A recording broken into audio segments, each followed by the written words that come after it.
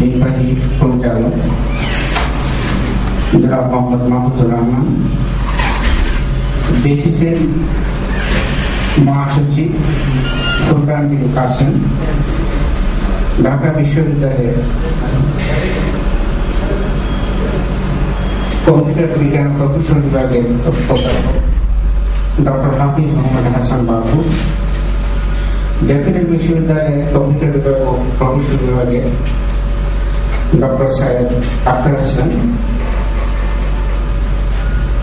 BD jobs লিমিটেডের chief নির্বাহী কর্মকর্তা এ.কে.এম. ফাহিম মসরুর, আইএসবিএর মহাসচিব এম.এ. হাকিম ও স্পেকট্রামের deputy managing director Mushfiqur Rahman. আমি গোলামনি মাসিক কম্পিউটার সম্পাদক। আজকের এই গতিবেগ পত্রিকা আয়োজনের মডারেটর হিসেবে দায়িত্ব পালন করছি। আর এই আজকের আয়োজনের কোঅর্ডিনেটর আমাদের সহকারী সম্পাদক কেমন কোন।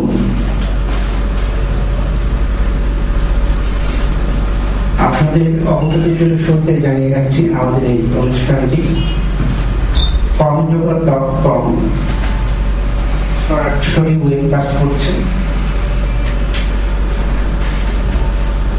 আপনারা জানেন মাসিক কম্পিউটার জগৎ এর সূচনা পর্ব থেকে মাঝে মধ্যেই জাতীয় গুরুত্বপূর্ণ বিষয় নিয়ে সেমিনার, সিম্পোজিয়াম ও গুরুত্বপূর্ণ পরীক্ষার আয়োজন করে থাকে। আমরা মনে করি আমাদের তথ্য প্রযুক্তি আন্দোলনকে এগিয়ে নিতে হলে এ ধরনের তৎপরতা প্রয়োজন রয়েছে। আর আমরা এই তাগিদটুকু পেয়েছিলাম কম্পিউটার জগতের প্রতিষ্ঠাতা প্রাণপুরুষ মরহুম অধ্যাপক আব্দুল কাদেরের কাছ থেকে। তাই আজকে আমরা আমাদের এই গতিবেগ আয়োজনের শুরুতেই তার প্রতি শ্রদ্ধা জানাতে চাই।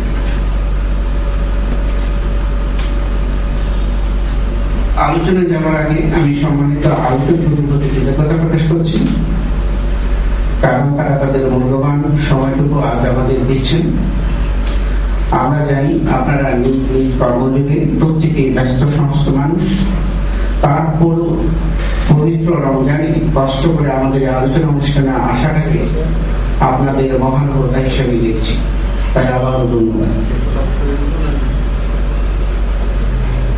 ইতিমধ্যে আপনারা জেনে গেছেন আমাদের আজকে আলোচনার বিষয়বস্তু তথ্য প্রযুক্তি খাতে দক্ষ জনশক্তির অভাব ঘাটতি। আমরা জানতে পেরেছি তথ্য প্রযুক্তি জগতের বেকার কোম্পানি স্যামসাং বাংলাদেশে একটা অফিস করেছে। ইতিমধ্যে তারা 100 জনবলের নিয়োগ দিয়েছে। স্যামসাং এদেশে মোবাইল টেলিফোনের অ্যাপ্লিকেশন নিয়ে কাজ করতে চায়। তারা 2012 সালের মধ্যে এদেশে 2000 আইসিটি জনবল নিয়োগ দিতে চায়। কিন্তু ইতিমধ্যেই আমাদের কাছে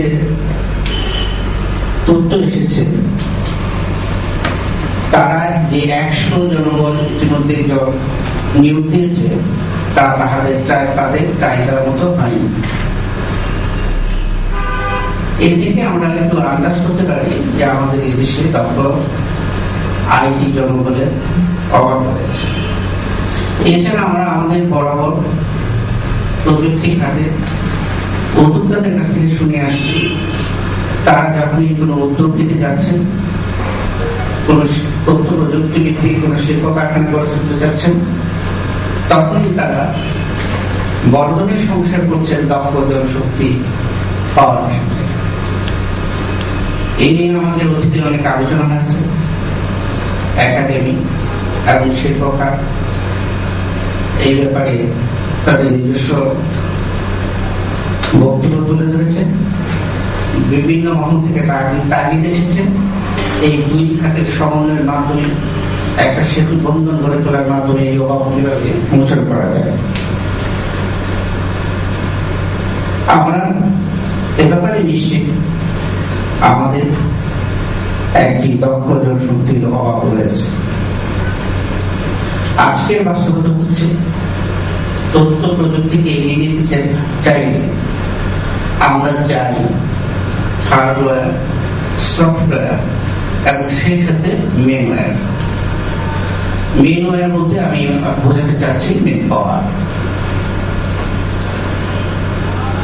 এটুকু অবশ্যই স্বীকার করবেন, হার্ডওয়্যার এবং সফটওয়্যার চেয়ে মেনওয়্যার আরো অনেক অনেক বেশি গুরুত্বপূর্ণ। আর এই জায়গাতেই আমরা মনে হয় থেকেছি। সেই অনুধাবনের ভিত্তিতে আমাদের আজকের আয়োজন। আমরা আশা করছি আপনাদের অভিজ্ঞতা সঞ্চিত জ্ঞানগর্ভর আলোচনা থেকে আমরা আমাদের এই দক্ষ জনবল শক্তি কিভাবে গড়ে তুলতে পারি তার একটা দিক নির্দেশনা পাব। আমি আর কথা বাড়াতে চাইনি। আমি প্রথমে আহ্বান জানাচ্ছি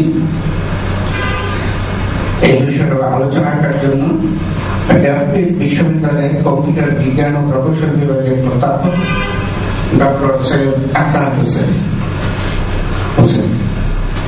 আমি আমাদের আসলে লাইভ কাস্টিং হচ্ছে তো সাউন্ডটা একটু ধন্যবাদ।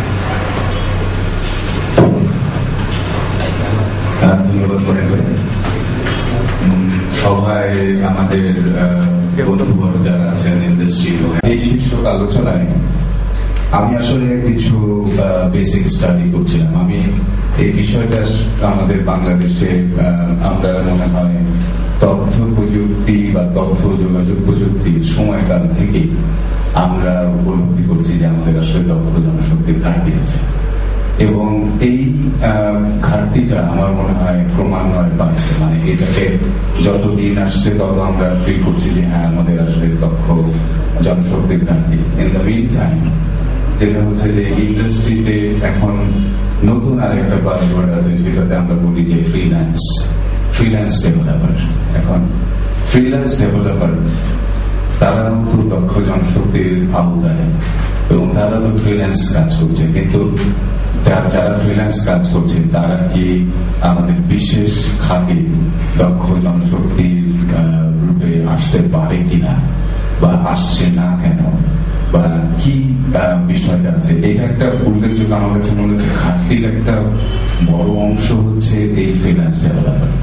ফ্রিল্যান্সরা ঘরে বসে কাজ করছে, এবং তারা হয়তো অনেক ক্ষেত্রে আজকে সকালেও আমাদের এখানে ইন্ডাস্ট্রির একজন অত্যন্ত উঁচু পজিশনের একজন আমাদের এখানে আছেন, ওনার সাথে আলাপ হচ্ছিল তখন ইনফ্যাক্ট উনি বেসিক্যালি আমি বলি যে ঢাকা কমের সিইও মোহাম্মদ আমিনুল হাকিম সাহেবের সাথে কথা শুনে উনি বললেন যে একটা ছেলে এআইইউটি এবং সে খুব ভালো, কিন্তু তাকে উনি ভালো অফার করার পরেও সে চাকরি দিতে রাজি হলো না। সে ইন্টারভিউ দিতে, এবং ইন্টারভিউ দিয়ে সে বুঝেছে যে আমরা সেই ইন্টারভিউটা টেস্ট করতে এসছে, এবং সে নিজেকে দেখেছে যে হ্যাঁ সে কোয়ালিফাইড, কিন্তু সে চাকরি দিবে না, কারণ সে অন্যান্য ফ্রিল্যান্স কাজের মধ্যে আছে। এটা একটা পারসেপশন। এখন আমি যে পারসেপশনে বলবো যে আসলে আমাদের খাতে যে দক্ষ জনশক্তির অভাব আছে, সেটা মূলত দুইটা পারসেপশন আছে। আমি যদি একাডেমিক পারসেপশনে করি, প্রথমে বলবো যে আমাদের সত্যিকারের অর্থে সিনিয়র কোয়ালিফাইড টিচার এইটার একটা বিরাট ঘাটতি আছে। বিভিন্ন বিশ্ববিদ্যালয়ে যদি আমরা জরিপ নেই, তাহলে জরিপ নিয়ে দেখবো যে আমাদের বিশ্ববিদ্যালয়ের পর্যায়ে আসলে কোয়ালিফাইড সিনিয়র শিক্ষক এই সংখ্যাটা অত্যন্ত কম। প্রথম। দ্বিতীয়ত, আমরা যদি প্রাইভেট ইউনিভার্সিটি গুলোকে চিন্তা করি, প্রাইভেট ইউনিভার্সিটি এবং পাবলিক ইউনিভার্সিটি প্রপোর্শনালি একই সংখ্যক গ্র্যাজুয়েট তৈরি করছে সংখ্যা অনুযায়ী, যদিও প্রাইভেট ইউনিভার্সিটি পাবলিক ইউনিভার্সিটির দ্বিগুণের উপরে।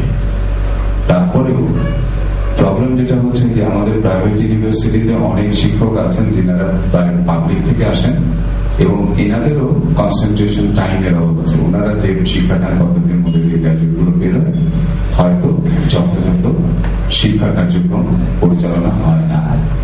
তার মানে আমাদের আসলে পর্যাপ্ত শিক্ষকের অভাব আছে। যে পয়েন্টে আমি বলছিলাম, ইন্ডাস্ট্রি পারসেপশনে যদি আমরা একাডেমিককে দেখি, তাহলে আমরা দেখি যে আমাদের ইন্ডাস্ট্রিতেও আমাদের ছাত্রদেরকে ইন্টার্ন দেওয়ার ব্যাপারে একটা পজিটিভ মাইন্ডসেট দরকার। আমরা আসলে বিশ্ববিদ্যালয় থেকে কখনোই পূর্ণ মানে জনশক্তি বলতে আমরা যদি বলি যে একটা ফিনিশড প্রোডাক্ট বানাবো, সেই ফিনিশড প্রোডাক্টটা আসলে কোন স্পেসিফিক ইন্ডাস্ট্রির জন্য কোন বিশ্ববিদ্যালয়ের পক্ষে বানানো সম্ভব না। কারণ বিশ্ববিদ্যালয় একটা গ্র্যাজুয়েট তৈরি করে তাকে সার্বিক জ্ঞান দিয়ে, তাকে কোন স্পেসিফিক ইন্ডাস্ট্রির জন্য আমরা কিন্তু তাদের হয়তো ভেন্ডর সার্টিফিকেশন কোর্স গুলোতে এনকারেজ করতে পারি, কিন্তু আমাদের বিশ্ববিদ্যালয় পর্যায়ে থেকে তাকে একটা সার্বিক জ্ঞান দেওয়া হচ্ছে উল্লেখযোগ্য কাজ, যেখানে সে একজন স্বাধীনভাবে অ্যানালিসিস করতে পারবে, স্বাধীনভাবে ডিজাইন করতে পারবে, সে কোয়ান্টিটেটিভ অংশ এবং কোয়ালিটেটিভ অংশগুলো সে বুঝবে যে কোনো কাজে। আমি আজকে সকালে আসলে আরেকটা জিনিস স্টার্ট করছিলাম, তো সেইটার পারসেপশনে কিছু আমার বলা হচ্ছে, সেটা হচ্ছে যে আমরা কনস্ট্রেন্ট গুলো জানি, কনস্ট্রেন্ট গুলোর মধ্যে উল্লেখযোগ্য কনস্ট্রেন্ট আছে যে কোয়ালিটি টিচিং, এবং এই টিচিং এর শেষ পর্যায়ে যখন ছাত্রগুলো প্রজেক্ট করে তখন অনেকাংশে আমরা বিশ্ববিদ্যালয়গুলোতে খেয়াল করেছি যে ফাইনাল ইয়ার প্রজেক্টগুলো আসলে কোনো ইন্ডাস্ট্রির আলোকে প্রজেক্ট হয় না। প্রজেক্টগুলোর আমি যদি একটা এক্সাম্পল বলি, সেটা হচ্ছে কিরকম হসপিটাল ম্যানেজমেন্ট সিস্টেম কিংবা এই ডায়াগনস্টিক সেন্টার ম্যানেজমেন্ট সিস্টেম। সত্যিকারের অর্থে এই প্রজেক্টগুলো 10% হয়, আর বাকি 90% কাজ হয় না, কারণ আসলে এখানে শিক্ষক যিনি দেখছেন এবং ছাত্র যারা ইনভলভ হয়েছে তাদের পক্ষে শেষ করা সম্ভব না। প্রজেক্টগুলোকে যদি আমরা ইন্ডাস্ট্রির আলোকে করতে পারতাম, এবং আমরা যদি ফাইনাল ইয়ার প্রজেক্টগুলোকে, ছাত্ররা প্রত্যেকটা ইউনিভার্সিটির ফাইনাল ইয়ারের প্রজেক্ট নিয়ে একটা প্রবলেম আছে। সেই প্রবলেমটা কিরকম, যে প্রজেক্টগুলো দেওয়া হয় সেগুলো আইদার সম্পূর্ণভাবে থিওরিটিক্যাল অথবা সম্পূর্ণভাবে ব্যবহার অনুপযোগী প্রজেক্ট। এই প্রজেক্টগুলো দিয়ে আমরা আসলে ওই ছাত্রগুলোকেও তৈরি করতে পারি না, এবং এই ছাত্রগুলো আসলে প্রজেক্ট করার পরে বাইরে যে কাউকে কোনো ইন্টারভিউ বোর্ডে, আমি শিওর আমার এখানে আমার ইন্ডাস্ট্রি কলিগরা আছেন, ওনারা বলবেন যে কোনো ছাত্র ফাইনাল ইয়ারের প্রজেক্ট সম্পর্কে এসে বলেন যে আমি ফাইনাল ইয়ার এই প্রজেক্টটা করেছি, কারণ উনি যিনি চাকরি দেবেন উনিও জানেন যে এই প্রজেক্টে কিছু হয়। আমি এই একটা জায়গায় আসলে এই জন্য বলবো যে আমরা যে দক্ষ জনশক্তির কথা বলছি, আমাদের একটা দুটো পয়েন্টে আসলে আমাদের ইন্ডাস্ট্রি একাডেমিকে একত্রে কাজ করা দরকার। বিশেষ করে প্রজেক্ট গুলো করানোর ব্যাপারে শিক্ষকদেরও শেখা দরকার যে ইন্ডাস্ট্রিতে কি হয়, সেই আলোকে করবে, ছাত্ররা তাহলে শিখবে। আমাদের শিক্ষকরা জানেন না।